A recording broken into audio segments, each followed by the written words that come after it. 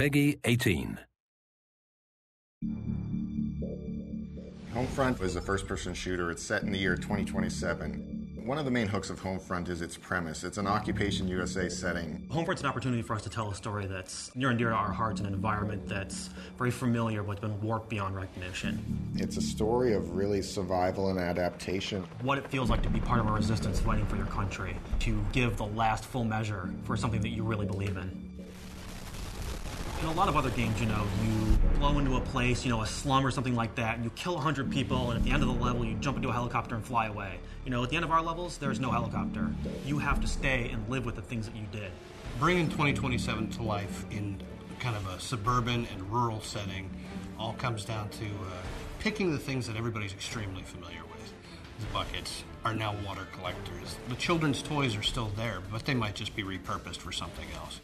This is a survivalist nation now. Now it's about being a member of a resistance cell in occupied America and doing what it takes to liberate your country from this alien oppressor.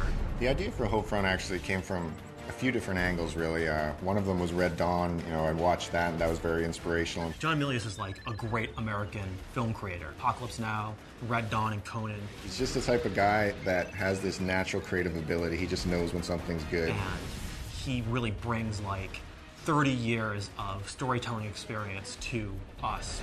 Speculative fiction basically means we are giving the audience what-if situations. What if America was invaded by Korea? What if this happened? And then filling out the answers to that. And that's really where the high premise of HomeFront comes from. We said, what if USA was occupied? What would it be like to experience that future? Historically, there are multiple examples of sudden rises and sudden falls. Ancient Greece, Mongolia, Japan. So when you say, how could a mighty power like the USA fall? It's really a combination of elements. It's the decline of the USA due to internal factors and global geopolitical situation.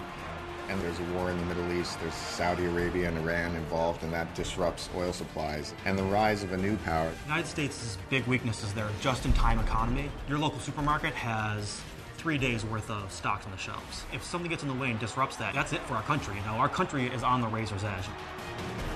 The North Koreans are the perfect enemy. The only North Korean that anybody knows is Kim Jong-il. This morning comes the news of Kim Jong-il's death.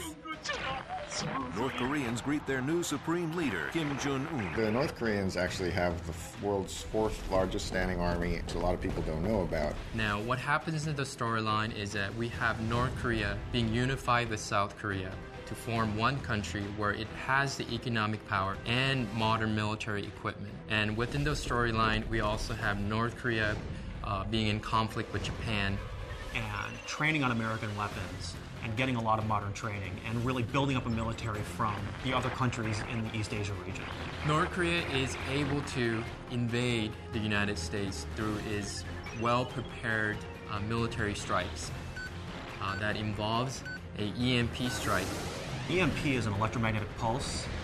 It sends out a particular type of energy that blankets the Earth, and what that does is it deactivates modern electronics.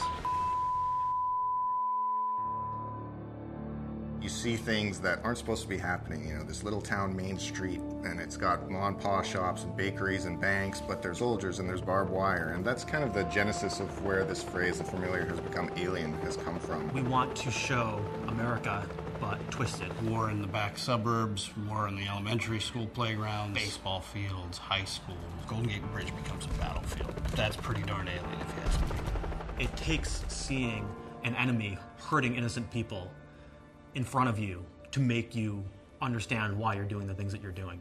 This is your backyard. This is literally HomeFront.